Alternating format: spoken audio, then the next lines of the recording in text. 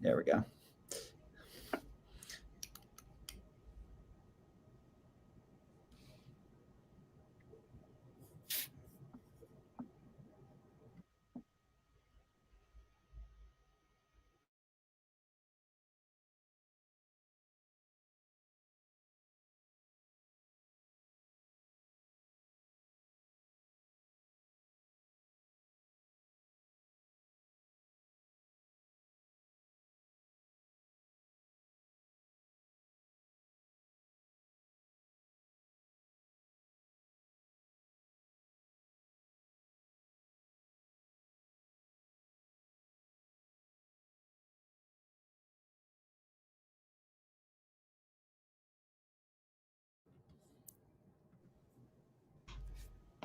All right. Hello, everyone, and welcome to Move Crush Count. Today's interview is sponsored by J&L Marketing, a digital marketing agency helping business leaders outsmart and outmarket their toughest competitors, not outspend them. With J&L Marketing, you get to move the crowd, crush the competition, and count the money. I want you to make sure to check out movecrushcount.com for more episodes, and make sure you hit the subscribe button so you get notified on all our future guests and new episodes. Today's interview is all about what every business leader needs to know, especially when it comes to deep data. It's titled How to Find New Profit Opportunities. My name is Scott Joseph, and today I'm talking with business growth expert, and I want to make sure, because this is live, that I don't. Here it goes, Danny. Here it goes, Danny. I know how to pronounce it. All right. I just get tongue tied. So Danny Zaslavsky, which I nailed it perfect pre. All right. How about we just go with Danny Z, Scott? Danny Z. That is what we're going to go from this. I like it. But Danny Zaslavsky, and we're going to talk to him about his company VinCue and how they're using, and more importantly, how you guys are using data so you can help businesses, specifically car dealers, stock smarter, sell faster, crush the competition, and maximize profits. Welcome, Danny. Thank you, guys. Thank you very much. And you did well with my last name. Very well. I knew how to pronounce it. And I said, why am I struggling saying it? I was just tongue tying me. So Danny, he's graciously agreed to do this interview to share some of his information, his experience, and his knowledge on how every business leader in our audience can understand how to strike back. And what I love about what you guys are doing, when people hear the term deep data, to me, the first thing that goes in their mind is, especially from a marketing side, who are we targeting? What's our target audience? And how are we going to use data to have a more relevant message and things like that?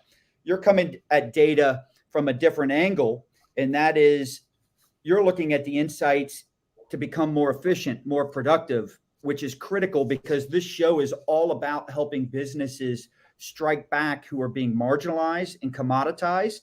And I think you need every advantage that you can have to be able to offset that. Now, we're dealing in times right now, I think, where there's not a lot of dealers being marginalized or commoditized. And you could say that for a lot of businesses, I think, with inventory issues. But in normal times, that is critical, right? And so, Danny, I want to thank you again for joining us. And I cannot not introduce, even though he's well known, the solutionist is joining us again. Yeah. Mr. Sandy Cerami. Thank you, Scott. All right. So I just wanted to make a note of something that we had a guest on a couple of months back. His name was Bob, and Scott wanted to know how he spelt it. He said, Bob, how do I get the spelling on that first name? So don't worry about it, Zaslavsky. That's true. That might be a true story. I didn't want to misspell it. So, all right. So first thing I want to do really, Danny, is for the people who may not know who you are, is I want to ask you just some questions about so people get a sense of who you are, your background, your education, where your experience comes from, and then we'll dive right into this on how people can use some of these insights to become more efficient and more productive, make better decisions. So tell us a little bit about yourself in terms of like your background, your education, and your experience with data. So my background is I grew up in the car business. We have an independent car dealership that my dad and another guy started in the early 80s. And I grew up in it and worked in every single department of it, either some by choice and some not by choice. But I early on just was like, how you're pulled towards a certain part of the business. I was always pulled towards, at the time, the marketing side of it, not necessarily because I loved marketing, but I later figured out that it was the place where innovation lived within a car dealership. That's where data was at the time.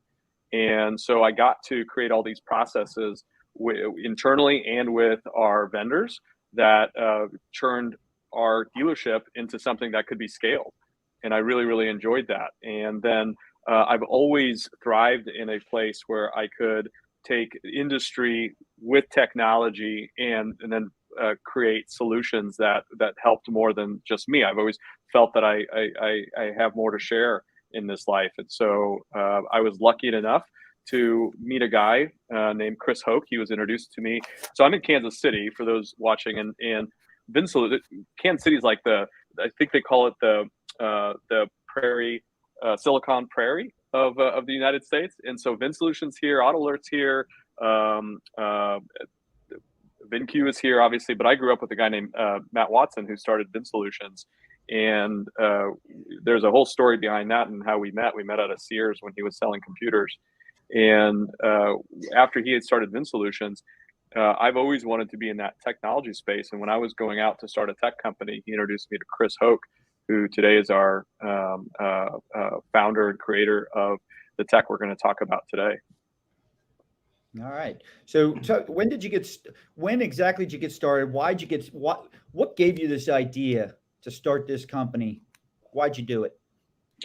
So I have always felt like there were too many solutions to solve one problem. And what I mean by one problem is I believe that a car's life cycle should be managed in one system, meaning from appraisal to acquisition of buying it, to the insights on like what to do with it, the strategy. And then more importantly, as the world gets more complicated, is how to have control over that strategy with the different variables that exist. I don't believe that you should have to have 2 or 3 or 5 logins to manage that.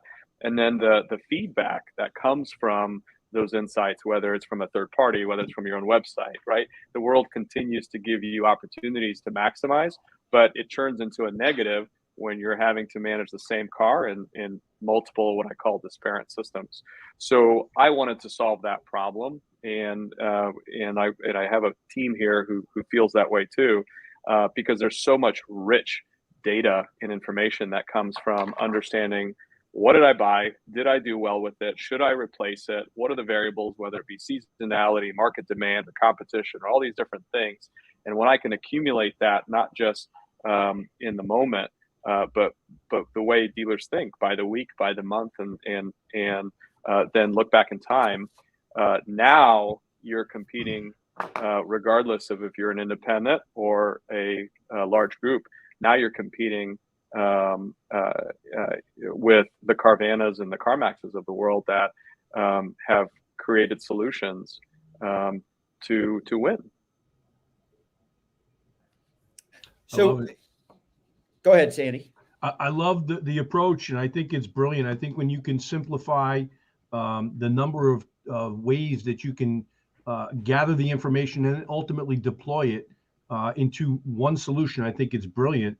Danny, just out of curiosity, with respect to reconditioning and the life cycle of the vehicle while it's in dealership inventory, are there tools within your tool that provide reconditioning guidance or information sharing? So we work with reconditioning tools that will drive data into our system. So basic reconditioning absolutely can be managed. The expedition, like days to market and all that, we believe that belongs in the hands of really smart reconditioning people like Rapid Recon or True Recon. However, the piece of that that we play is that data then flows into our system so that sales managers, sales people, and as well as the public can see what I call dealer exclusive items that give what I term as the highest authentic value of the car. So there's the commoditization of the car, year, make, model, and marketability, like where it is in the country. But then dealers, and this was the problem that I had for a really long time until we started working towards a solution is we spend money doing service to the car. We spend money certifying the car. We spend money doing giving additional promises to the consumer around that transaction that all have value to the consumer and B, also increase the value of the car. And so through the system, when we bring in that data and then are able to not just communicate it through the dealer's website, but through third parties in a creative way, so that you're no longer competing on simple superlatives like fair deal, good deal, great deal, which Right. I have a problem with. Now you're giving the dealer the ability to stand out.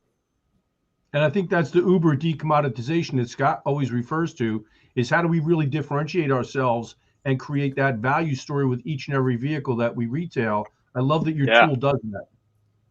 Thank you. Yeah, it is at the core of why we built the solution. So I'm curious because, pulling all this data has been, I don't want to say pulling it, having all this data, all this information, all this insights, or all these different tools in all these different locations has been a problem for a long time. And you're a newer company, so a lot of dealers may not even know that you're doing this, and you have this solution, right?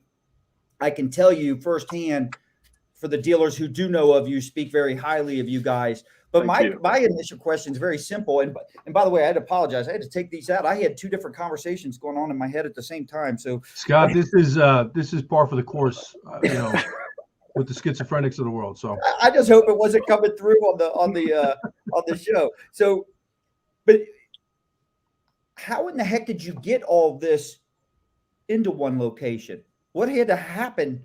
What did you have to do to make that happen? Great question. Well, look, we didn't start the simplest of businesses. In the first 3 years of building this, we got to work with the data that we could. So we started by scraping dealer websites and getting the data from how long is that car living online? When does it leave online? What's the price in which it left the internet for? How is the marketability down to the zip code or across zip codes and across, and how is that relative to independents or franchises? All of that was iterated over and over and over again until we could create our very first inventory management system with market insights. That was the first thing we created. And then we saw with the early adopters of our software in like 2015, what they liked about it and what they hated about it, and how, because asking to say, hey, you should use this system to make decisions off of that directly affect your profitability, that's a really big ask. So you can imagine so that feedback loop of, okay, what information do you need? And what we discovered early on is like the price to market and cost to market and all these things that we use today to make decisions on either acquisition or sale are predicated on the comps that live within that data set, right? And so you mentioned deep data. Well, the way I define deep data is kind of like in marketing. You can either go deep or you can go wide, right? Are we going to invite more consumers that haven't heard about us, or are we going to go deeper into the efforts, the equity that we already have? And so with data, we want accuracy, and part of that accuracy means that comp set better be perfect, because if we're changing our cost or price to market, we got to be sure that that comp set is reflective of the car that we're buying or selling. And now with the complexities of maybe call it a store or a dealership group with 17 stores with different markets, that one vehicle may have 17 different price and cost markets. And so having those insights of where you buy it and then where you sell it and how you manage that inventory is critical to survive, not to mention even thrive in the evolution that we're all going through as a dealer body. Danny, you bring up a great point, and you're in essence referencing the Carvana or Vroom models right now, especially on the used vehicle side. Obviously, dealers that are let's say multi-rooftop, 10, 12, 20, 50, whatever the case may be. A lot of them are using obviously universal inventory, display, et cetera. Are they using your tool in order to move inventory to different parts of the country or different rooftops based on the data that you guys are able to pull and disseminate for them? We are, yeah, absolutely. So we have groups with over 100 stores, and we have groups with a single point store. And so for the single point person, they're looking at a singular. Let's talk about single appraisal, right? We are able to give them from the very foundation, obviously comps, whether it be wholesale if they're still using MMR, but also not just having that tunnel vision, but the other auctions they have, ADESA, I-70, Auction Edge, whatever. So they can see that, and then they can choose those vehicles and create their own sub comp set from those, because not all of those are going to be accurate, and we don't need an average of cars that have a 2.5 CR, right? So the same thing that applies to similar vehicles that are in the market, and then be able to curate those down to the right dealers. We actually have a poop emoji in our software that lets you put dealers on your poop list. So if there is a dealer selling rental cars, right, let's get their vehicles off the comp set, so that when we're moving fast and making price changes, either on an individual basis or across a segment, we're not making mistakes.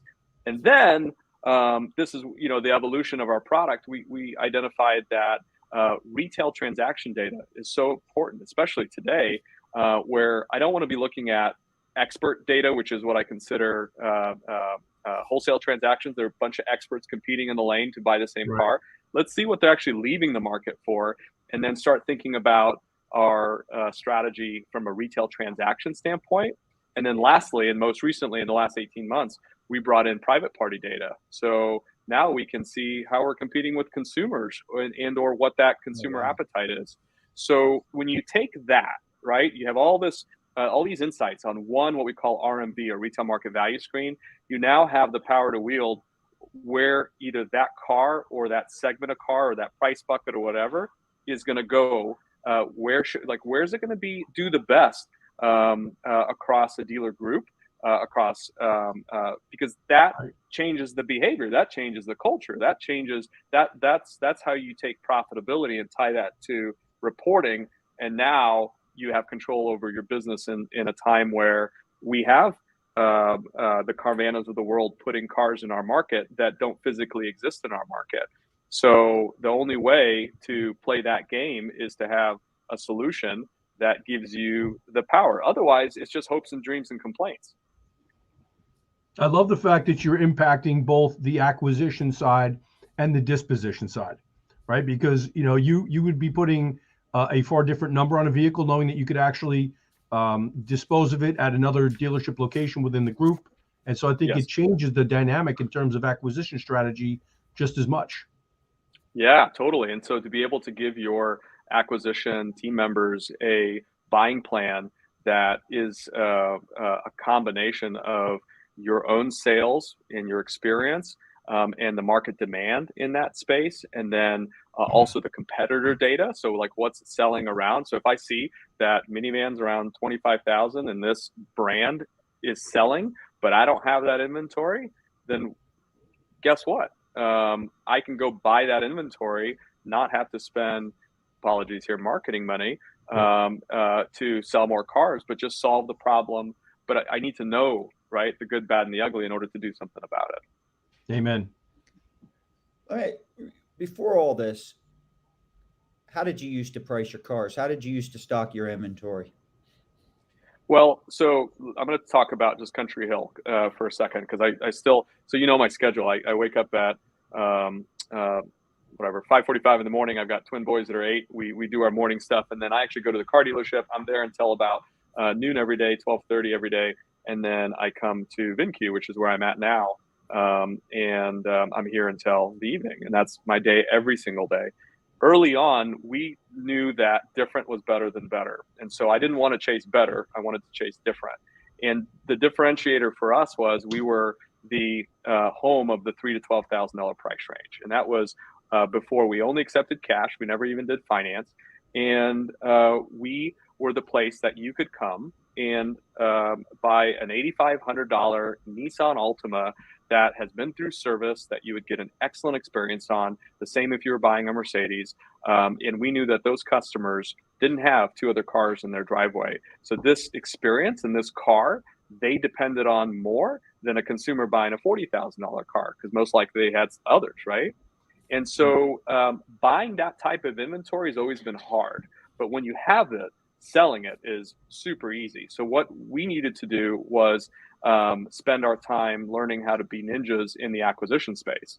And so we created these partnerships with local car dealerships, but then also Harley Davidson stores and Camping Worlds of the world, and areas that we knew we could have a captive audience to buy all of their cars, the good, bad, and the ugly. I called it WAR, wholesale auction retail. And then we would buy them, and then we bring them into service, and then we would go through our process, and then wholesale what we was out of our market to maybe a new car store, auction what didn't meet our expectations, and retail what we could retail. And so that foundation is what helped us evolve into the next phase of our growth, which was today, if you look on my website, we still have the largest selection of cars under $15,000. I've got over 100 of them, and they're hard to get. Quality cars. I'm not talking. This is Kansas is a consumer protection state. We do not sell as is. These are certified vehicles with a comprehensive warranty on them that we sell after, and they go through service, and I've got to be able to communicate those values to the consumer and stand out right on third parties. So, but then it gave us the privilege to also learn how to compete in that $20,000 segment, in that $30,000 segment, in that $40,000 segment, because that's a crowded space. But it comes down to the same business basics, which is good people with good hearts doing good things. How fast, if someone, let's say, all right, I bring you into my stores, right? Get it all set up. How fast am I making better decisions that could impact my bottom line? So I'll answer this a couple of ways. So the psychologist once told me the quickest way to change your mood is to change your environment. You get away from either people or processes or things that influence your decisions, right? That's ultimately what lends to behavior. Kyle Monsier says this. He says, if you want to change perception, you gotta change behavior first of people, and then that will change the perception of your clientele. Well, the software is specifically this, right? DMS is different. DMS is accounting, and in back end is a different conversation. CRM is a lot more is process relative to a relationship management, but inventory management is so critical, because that is your decision points. Hold on one second. I'm switching audio. Oh, can't hear you.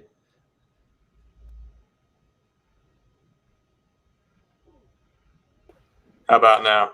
Yep, we got you. Now we can hear you. Okay, good. Scott's comfortable with it because growing up, he watched a lot of silent movies. My So he's earpods. okay with those.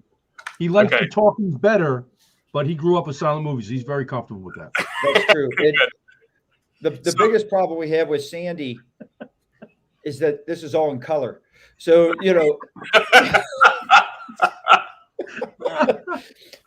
That's funny.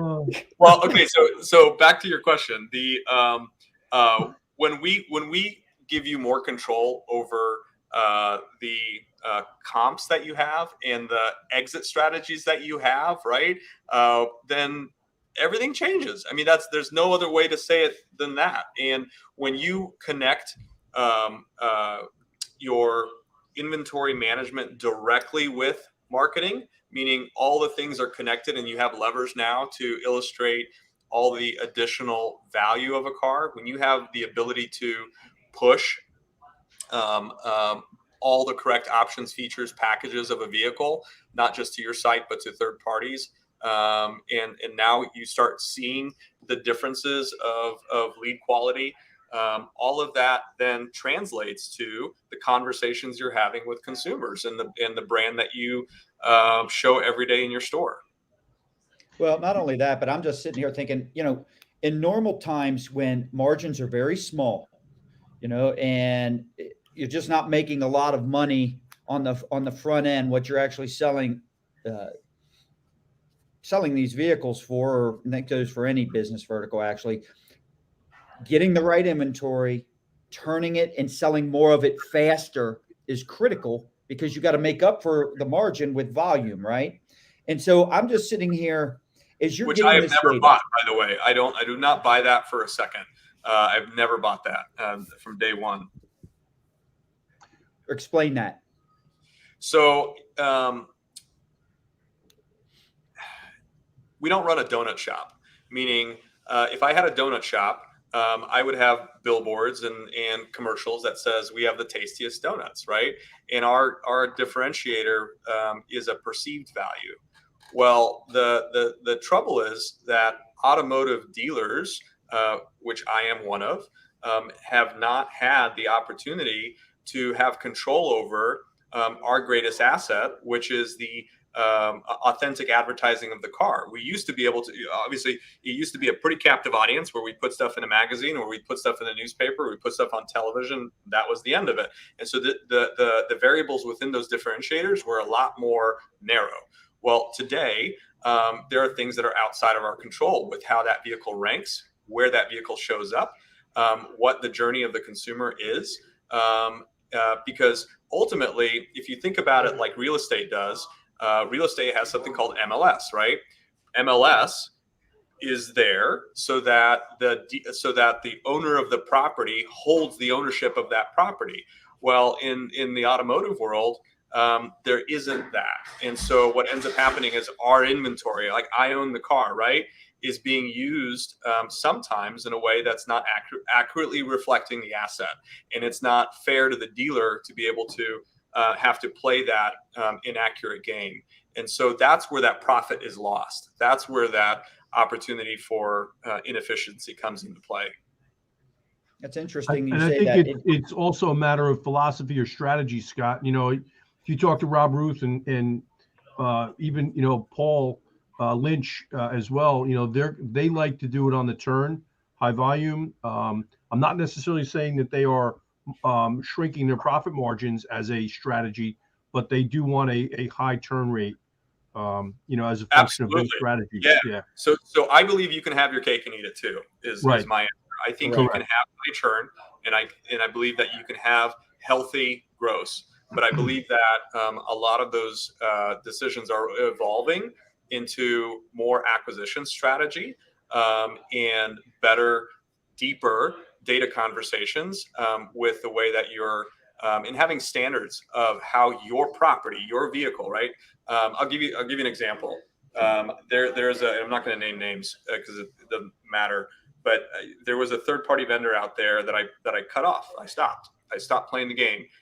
Because I got upset with the way that they were listing stuff. Well, the reason I did it is because I started measuring what my churn and gross per copy was and customer satisfaction experience was relative specifically to that marketplace, right?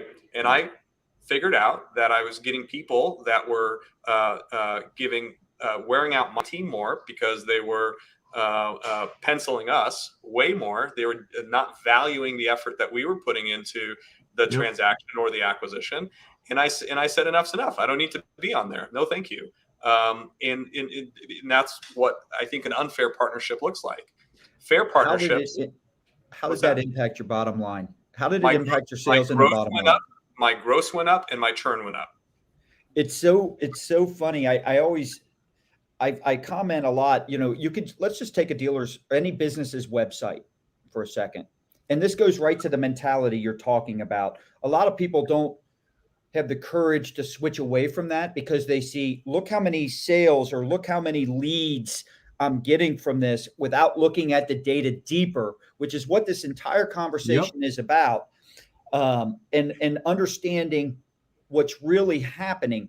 And if you just look at a website, on a much smaller scale, you can say the same thing. how many websites are littered with call to action buttons that overall are probably having a negative impact because it becomes more confusing to a customer as to what they need to do to get the information they want. But businesses leave all these buttons on because each month they look at their thing and saying, wow, this button got me 13 clicks. Yeah. This one here got me 10. I've done it too. I can't cut any of them. Yeah, and I've done it too. I get it because that's that thing I was telling you about. Dealers are given these tools and we're expected to make the best of it. And sometimes we get 17 different systems to do one job. And those systems may say they play well together, but they don't actually. So yeah, Danny, I'll tell you, I want to go back to the point that you made with respect to changing perception, and shout out to Kyle Moutsier, because, you know, he says, as you referenced before, you want to change perception, change behavior. But I would go one step further back, because when you take a look at what a tool like yours does, they think differently. Forget about behave differently. They've got to think differently before they ever behave differently. And the advent of your tool entering the marketplace gives them something, a resource that can be used in a way that they've never used it before, right? One stop to do it all. And so they're going to think much differently, which in turn will drive behavior, which in turn ultimately drives performance and perception. Yes, totally. And that's among many things. I absolutely love Jason Rice. And I look up to him. He's a friend and he's a mentor. He's somebody who's taught me a lot. And we did a partnership with him about a year ago because Jason is a brilliant strategist when it comes to understanding churn and down to the segment, and having he was one of the first that opened my eyes to what a predictor buying plan looks like. And so him and I have cultivated this relationship across our businesses where before you just had to go into his system to get the knowledge and then go into another system to actually take action.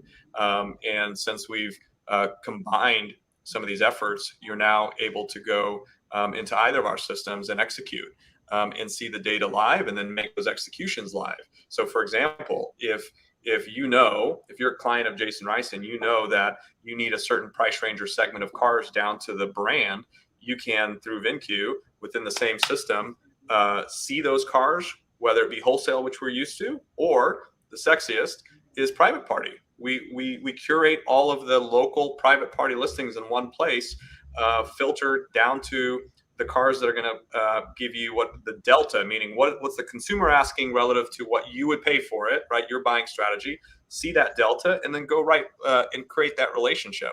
I say this all the time. Good cake isn't made with one recipe with one ingredient. It's many ingredients, and so to make a good recipe, and it's all these little decisions that add up to extreme profitability. That's exactly right. And you know, one thing I'm really curious about. All right, so I think anytime you start diving in this, you're getting accurate data. You're starting to learn some things, which is probably, by the way, helped your product evolve. The tool that you've created here, because you're like, wow, we've got this. We can start reporting this out and look how it's going to help people here, here, and here. Yeah. I guess my question to this is this. How has the data, is there something in the data right now that you're starting to see where you're like, wow, we've never thought about that before, and maybe it's been an overlooked opportunity that's helped you? And there may not be, maybe, I don't know, but is there any overlooked opportunities that all this data has kind of made you aware of? Yeah. So I'm going to give you two answers. First answer was the thing that we learned a year ago.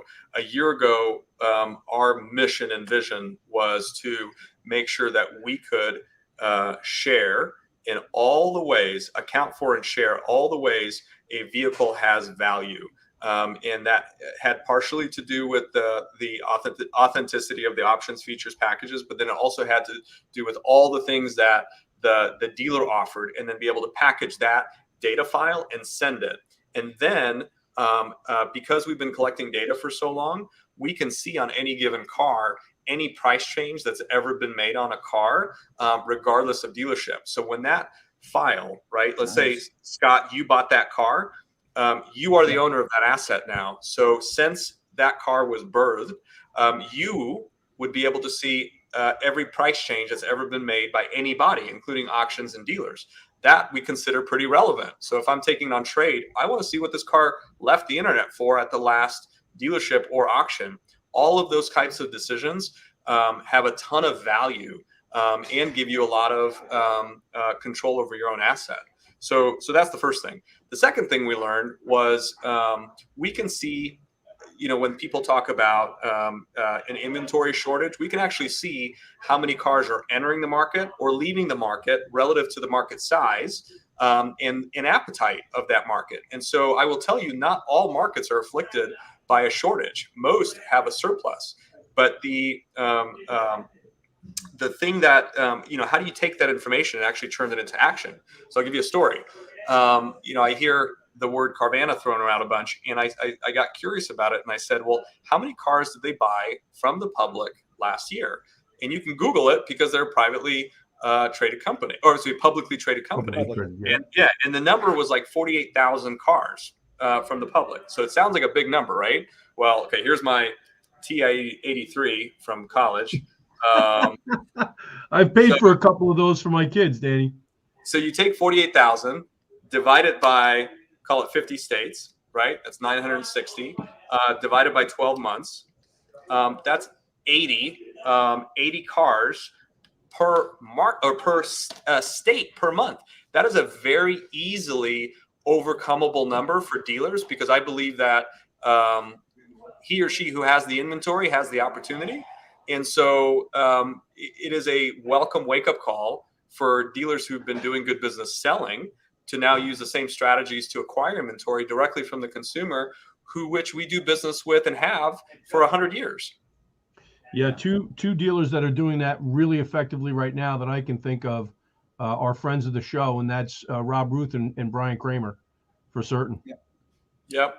Rob and I were talking. He's been an early adopter of our solution, and him and Jeremy and that whole team have embraced it from a culture perspective. Him and I talk about this. When you call our stores, we ask, are you calling about buying a car or selling a car? And it changes. It changes the culture of the store. And Rob shared with me last month, in December, they bought 241 cars from the public. Wow. And Sandy, I'm going to have to ask you to take on this show for about 2 minutes, if that's okay. Can you do that for me? Scott. I got easy company with Danny. So good. Danny, we were talking before with respect to changing perception / behavior and the way people are thinking. What is the single toughest challenge for you as you are growing your business right now in terms of changing maybe dealer perception or getting dealers to buy into a one-stop solution?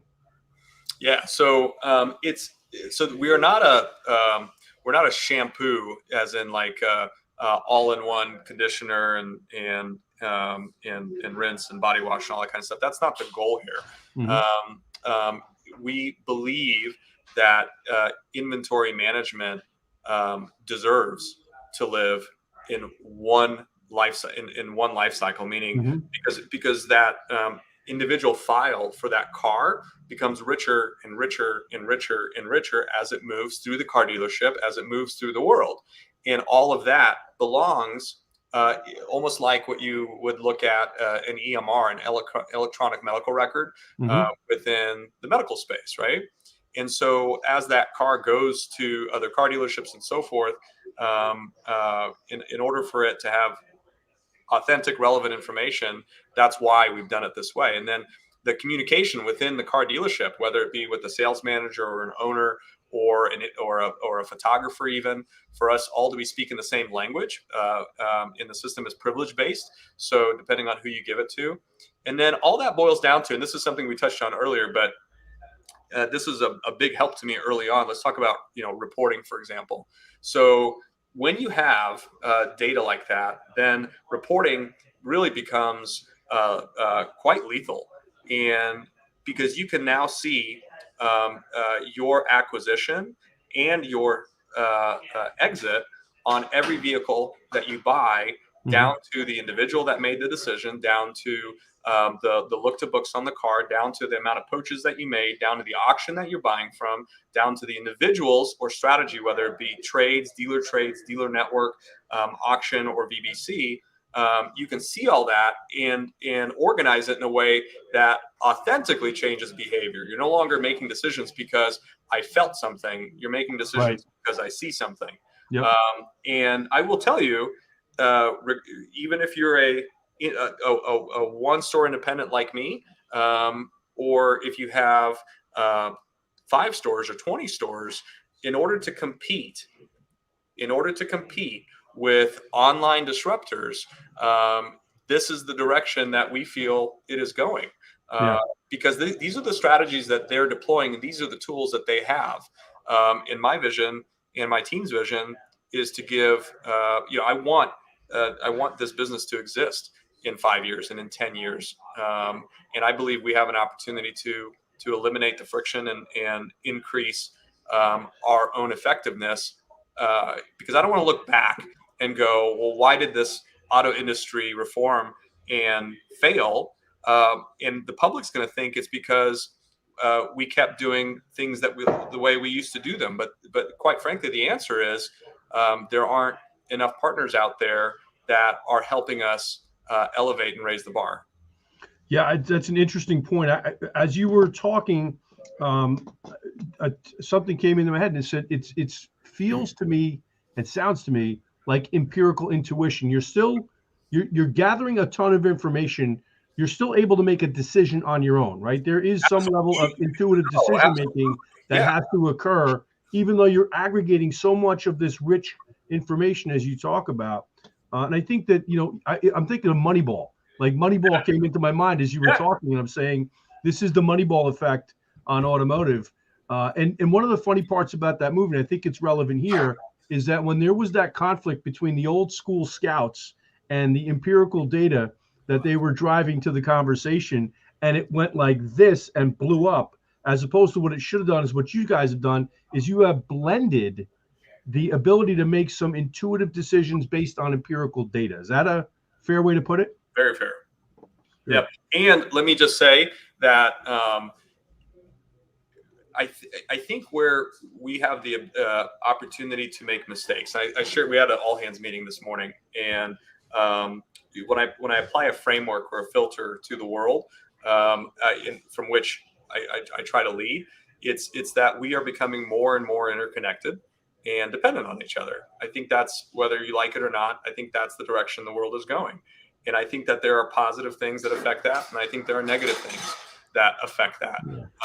And our goal is to amplify the positive effects of that. And so that means the idea of scarcity, like thinking another car dealership is opening up down the street and how am I going to conquer, that idea of scarcity isn't scalable. What we get to do is work together as a dealer body to conquer the next evolution of our industry. Otherwise, we're going to go extinct. We have a lot of people we have a lot of people that listen to the show outside of auto, and sometimes we get auto specific on here. But first off, every great business is run by making intelligent decisions, which usually come from data, right? Are you aware of any type of program or tool similar to this outside of auto? And then my follow-up would be, do you guys have any plans to potentially go outside of auto and bring this type of information and insight to other verticals? So that's a great question. I always have visions of how we could do more, but I think for 2022, let's start there. For 2022, our company's sole purpose and vision is to go deeper, not wider. We want our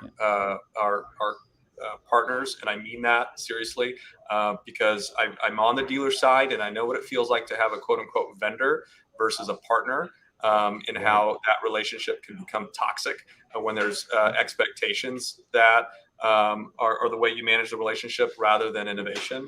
So we are interested in creating the best possible outcomes for our dealers, period. And that means we have to be open every single day to listening to feedback and to figuring out how we can create solutions within the system that increase profitability today, while also steering the bigger ship and creating things that are harder to do, like inter-dealer trading and the complexities that has, and figuring out how we can help dealers stand out online. So you've got a lot of variables at play here. I just think about all the information you're providing, and the decisions are great. Obviously, being able to make a better decision is priority number one, right? But the amount of time and effort you're saving people, not that they could ever get all this info on their own anyways, but the amount of time and effort to try and make a similar decision without this knowledge or these insights. I mean, it's just not even hours. I mean, it's just Scott, hours upon hours. I mean, you touch upon something, and I don't know that it's even as much a time element as it's much as an accuracy piece, right? So you can pull all this data and make just snap better decisions. Most of the time, I think, Danny, prior to, they weren't spending a lot of time going through 20 different, they would look at a number of different tools, but they weren't looking at 17. Now you have one place for them to go focus their energy. Can I give you an example, Sandy? Yeah. So my team, prior to VinCue, used to use a big national competitor to us. And what would happen is they would appraise a car. They would spend the time filtering down the car to get the best number on it, right? And then all of a sudden we made that acquisition, and then guess where it would go? Into another system for syndication. And all that effort that happened in the appraisal gets lost on the syndication. And now we're just shoving out a vanilla toast decode that has minimal value to the consumer. And then when we're doing repricing, we're using the market pricing tool that, again, doesn't accurate. The filters may be right, but the value isn't. It's disparate. It's not connected. And that is just like one piece of that vehicle's acquisition life cycle. Excuse me, one piece of that total life cycle. That doesn't take into account all the other intelligence that comes from what are you going to do when you rebuy it, right? So you're screwing up in the front, and then later you make a small gross and a slow churn on it, and then what do you think? Well, I'm not going to do that again. But it had nothing to do with the car. It had to do with the way information was going out to the world. And so we're in an online business now. So we have to have solutions that are timely. So I like to follow certain people. I follow anybody that's out there putting good content out there. I'll pay attention and stuff like that. But there are a handful of people I pay a lot of attention to and really focus in on. Who's that for you? Besides Sandy and myself. Danny, don't laugh so hard. Danny, you laughed a little too hard at that question, Dave. That's funny. Who is that for me? So I'll tell you recently, what I'm learning as I evolve, because I'm still a relatively young guy, 38 years old, and I have a lot of learning to do. And so you're going to think this is super cliche, but I absolutely love Oprah Winfrey. I know that sounds super crazy, but I'll tell you why. I followed her career for a really long time and how she takes concepts and is such an incredible communicator. And the tribe of people that she surrounds herself and brings together, like attracts like, and as Corey Mosley says, the coalition of the willing. I think that there is, in a space like we're in, change like this is hard. Change like this is gritty because there's legacy processes and Kool-Aid that exists. But the question is, why would you do it, right? Are you pulled by vision or are you pushed by pain? And I do not want to be pushed by pain. It will happen, but that's not the intention. I want to be pulled by vision. And in order to have that vision, you have to have clarity and confidence and experience. And so, I've always loved mentors that I can learn something from.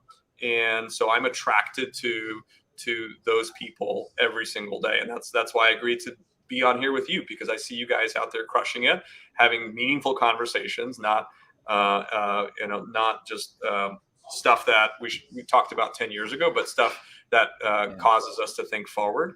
And I love that kind of space.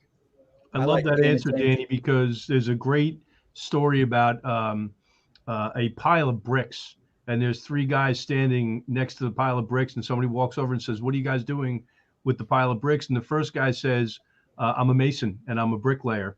I'm here to lay bricks." And the second guy says, "I'm here to build a cathedral." And the third guy says, "I'm here to bring people closer to God."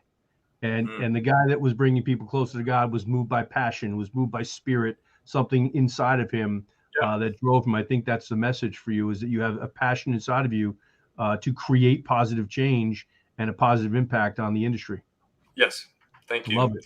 I love it. And that. Oprah, I mean, what better true north than Oprah, for God's sakes? You kidding me? Right? Yeah. Sandy, when you were 38 years old, what Elvis song was popular at the time?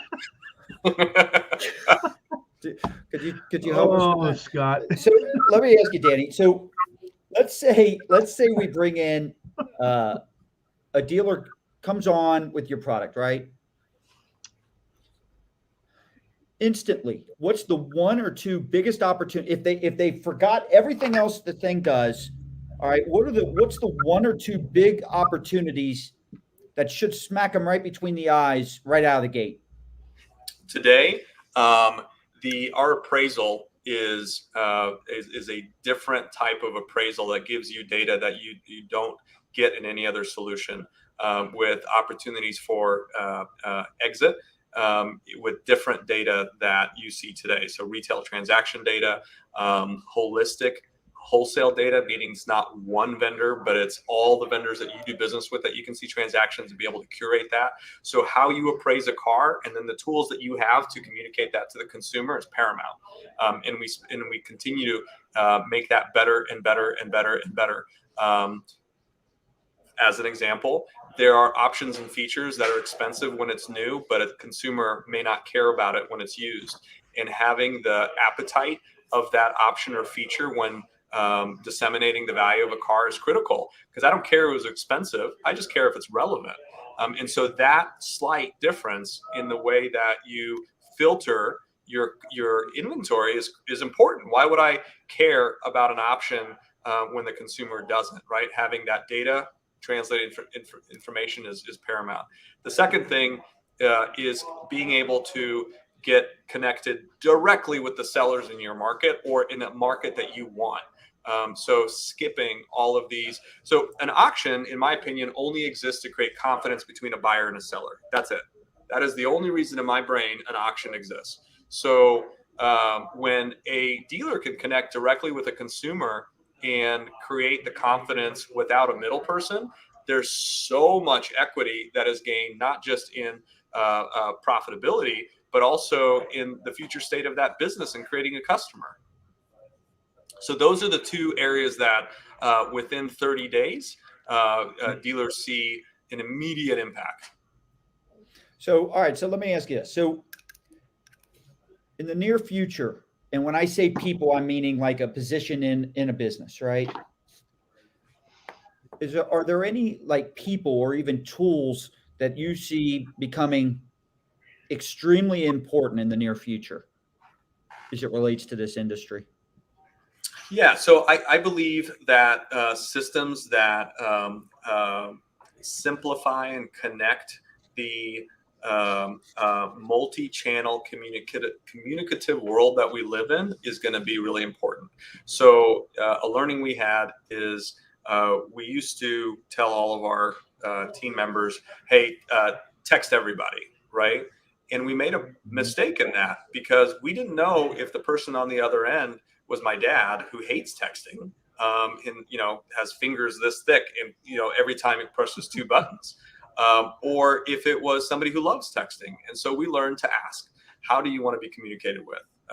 And the receiving end communication, in order to scale it, because that's how I always think, and how to create less friction, is there's a lot that happens behind the curtain in order to create a simple, seamless experience on stage. And so any systems that are able to A, give the dealer control, and then B, create a seamless experience for the consumer of that product, then that's the direction that we're going. Yeah. Yeah, So I love the point that you made previously with respect to the value prop is more based on relevancy than it is cost to the consumer. I think that's a brilliant point. I think that is the ultimate value proposition, right? Versus having to put a dollar figure on it. It's how relevant is it to the buying decision for that consumer? How relevant. And there's so much cool data out there right now that exists that I used to think was witch's brew, because like I couldn't touch it. I couldn't feel it. I couldn't see it. But once I got my hands on it, I go, okay, now we can do something with this. If I know a consumer is showing behavior of wanting to sell their car, right? Forget retargeting. Let's target to consumers who show behavior that they're trying to sell their car and help them solve that problem. Same applies for 1,000 different selling strategies. But you guys know that. I love. This is why we work with you. I love what you just said there, because one of the things that we do on the marketing side that aligns exactly with what you're saying there is you can look at your previous customer database, right? This goes for any business. It doesn't matter what vertical you're in. You can look at your previous customer database and you can initially segment them and say, all right, here's our active customers, here's our inactive customers, and inactive, you'd have to determine how you define that. But once you get in there, I want to go backwards. I want to look at the inactive customers and what were the patterns that they were showing as it led to the defection, right? All right, were they, seeing us less frequently? Was it some type of geographical situation? Were they starting to spend less? What were the patterns? Because you should be able to take those insights, apply them to the active customers, and then start having a completely different segment that I would label as at risk. Here are people that are trending towards, they're more showing predictive, a similar more pattern predictive. that are about to leave you. Yeah, And more to predictive. me, it's always, it's easier to save and retain when you have that information it's easier to retain someone before they actually leave you than to try and win them back. And so to me, when you're speaking that, I'm just sitting there like, yeah, that's exactly in a different way, how we've been doing it for years on that. And it's so critical because, I mean, you can spend a fortune trying to win back lost customers. It's a heck of a lot more profitable and more effective saving them before they leave you. You're exactly right. Right. But I mean, this is the most exciting time that I've ever had in the car business. I think, just speaking to leadership, I think a good leader, tells his people where we're going and why, and that continues to evolve. And I think that's just so cool. And in a time of kind of great disruption, leaders like us relish in it because we're the ones that are saying, hey, there's a better way. And instead of just talking about it, here's what we're doing about it. Do you see, is there anything from a data standpoint or inside information where you see a lot of leaders maybe wasting their time? Like you're looking here a lot, but you're looking at the wrong spot. You don't need to worry about that. Yeah. So I saw that for years, by the way, because UIs kept changing, but the information didn't. So the colors and the patterns and the shiny objects kept changing, but the way. So just be curious when you are making decisions that affect your bottom line, because in the car business, when I make an acquisition, right, that affects my title office. That affects my salespeople, my detail people, my recon people. I mean, that car has an effect on my entire business, right? And so for those that are in a positional power that are making these decisions, be curious about why. I used to triple check myself and say, okay, forget the tool. Let me just go out in the market old school and see what I find. And when I appraise that car, am I making the same decision in my tool? Give 3 cars to your sales management team and ask them to all appraise the same cars, and then collect that data and see where they land. And then be curious about where are their eyeballs going? Are they looking at transactions? Are they looking at retail? Are they curating the comp set? Like, what are they doing in order to make that decision? Because that affects everything. And that type of work will increase your company's profitability without spending any money. Yeah. So is there anything that we haven't talked about that you think needs to be brought up? Is there any questions we have not asked you? You're like, how do you not ask me that? Who do you look up to? Oh, well, I tend to favor. Look to your right, Danny. Look to your right. So, I really, Jay Abraham, especially when I started the agency, was a guy I absorbed. Anything he put out, I was gobbling it up. And I would say Anthony Robbins along those lines as well. Donald Moore today, Sandy introduced me to him. Love what he's putting out currently. So I tend to gravitate towards marketers, people that have some type of influence when it comes to helping us in sales and running a business or self-improvement type stuff. Those are the people that I'm paying the most attention to. Sandy, how about you? Sandy?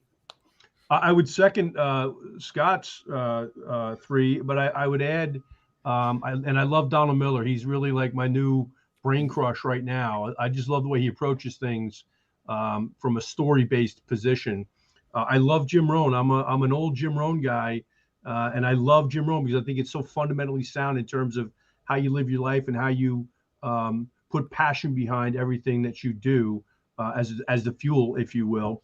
And then I think the third, if I had to pick,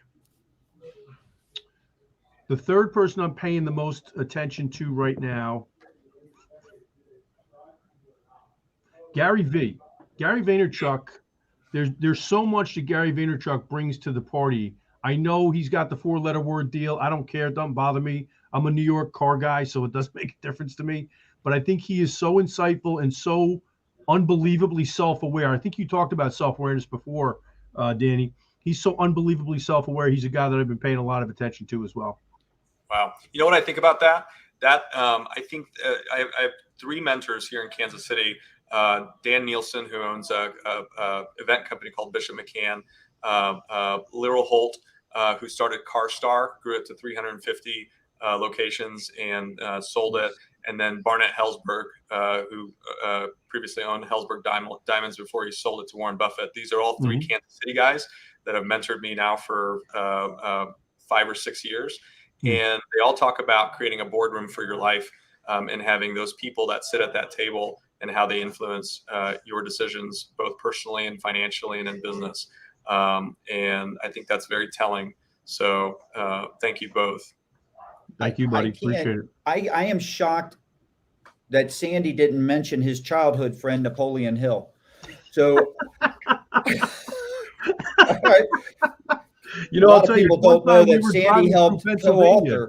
Scott, one time driving through Pennsylvania with Napoleon, and I can recall him talking fondly, about J.P. Morgan specifically. Yeah. So, Danny, you guys, your company VinCue, you guys are going to be participating in Business Bourbon and Cigars. We got a little video that we'll show real quick here. Then we'll By the way, back. we got a rain check, Scott. We got a rain check with Danny on Business Bourbon and Cigars. It may be worthy, in my humble opinion, Danny, for us to make a little trip out to KC. I would love that.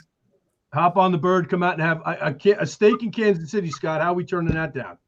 I agree 100%. Right, and I'll put it on. Hey, I'll tell you what. Don't worry about it. If I'll tell you, I've got the time to do it. Yes. If there's a couple big ifs. If the Chiefs can beat the Bills, all right, Okay. and the Bengals can beat the Titans, that means Cincinnati has to go to Kansas City. Oh, look at that. And so I might do that run. I like and kill two birds with one stone there. But I would love to come out to KC, Danny. I don't want to invite us, but I think I just did. No, we're ready. I'd love to come out and see the VinCue headquarters for sure. Would love it. Thank you. We're ready. We would love for you guys to be here, and I know we can learn a bunch from you too. So come on down. Well, I don't know about learning from us, but we'd have a lot of fun together. Here's a little clip on Business Bourbon Cigars. We'll come back and we'll close out the show.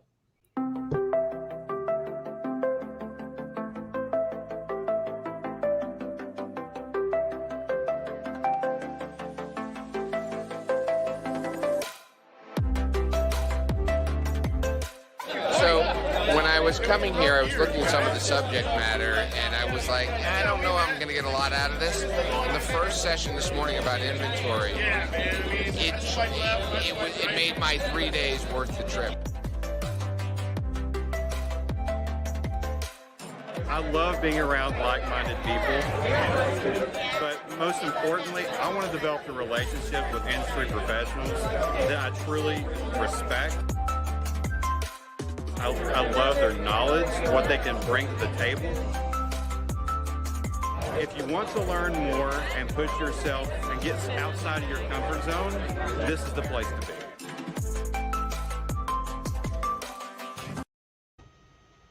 Now, Danny, you may ask yourself, and I don't want to sound like the talking heads, but you may ask yourself, where is Sandy in that video? I'm the guy doing all the hard work behind the scenes, just for the record. Always behind the camera, never. Always. I've got a face for behind the camera, Danny. Danny, you're big on data. We did an A/B version of the video, and we used to run tests on social. One outperformed the other. I won't go into a lot of detail, but there's a reason. Okay, we just follow the data. So, all right, I want to thank Danny. Incredible show. I mean, you went into a lot of specifics and detail. Anybody listening here, first off, if you're not in auto, they're sitting there thinking, why didn't he just say, yeah, they're going to expand outside of that and find ways to help these other industries too? But it should, whether you're in auto, obviously, to me, it becomes crystal clear, like, wow, I can do this, this, this. And the ideas should start forming into these dealers and general managers. If you're outside of auto, there's a lot of stuff that is being said here in terms of how you're using the data that these other industries have access to. They can get that type of information and they can apply and make similar decisions, make better decisions, right? Whether it's stocking their own inventory and how they're turning it and things such as that. But it's all about being more efficient, making better decisions, being more productive. I want to thank everyone I want to thank you for sharing your story, your experiences. Also, I want to thank Sandy for joining us as always. He takes time out of his day, doesn't have to do that. His input and his questions are always top notch, man. Always appreciate having you on here, Sandy. Good friend of mine. I got you, buddy. I want to thank the MCC audience and all the business leaders out there who took their time and invested their time today to tune in. I am Scott Joseph. Thanks for joining us on Move, Crush, Count. Once again, if you want more information on Danny and VinCue, you can visit VinCue.com. I want you to make sure to do that. Make sure you also follow Move, Crush, Count on YouTube, Instagram, and Twitter. You can join our groups on Facebook and LinkedIn, where experts like Danny are part of those groups. You can fire away questions to him. He'll be more than happy to answer any question you might have. You can visit movecrushcount.com and make sure that you're brought up to speed on all future guests and new episodes. Today's interview was sponsored by J&L Marketing, a digital marketing agency helping business leaders outsmart and outmarket their toughest competitors, not outspend them. So if you believe your marketing can perform better and you want an agency that specializes in deep data, marketing strategy, campaign management, I want you to check out J&L Marketing so you can enjoy the excitement that comes when you move the crowd, crush the competition, and count the money. Everybody have a great day. All right, guys. Thank you, guys. All right, so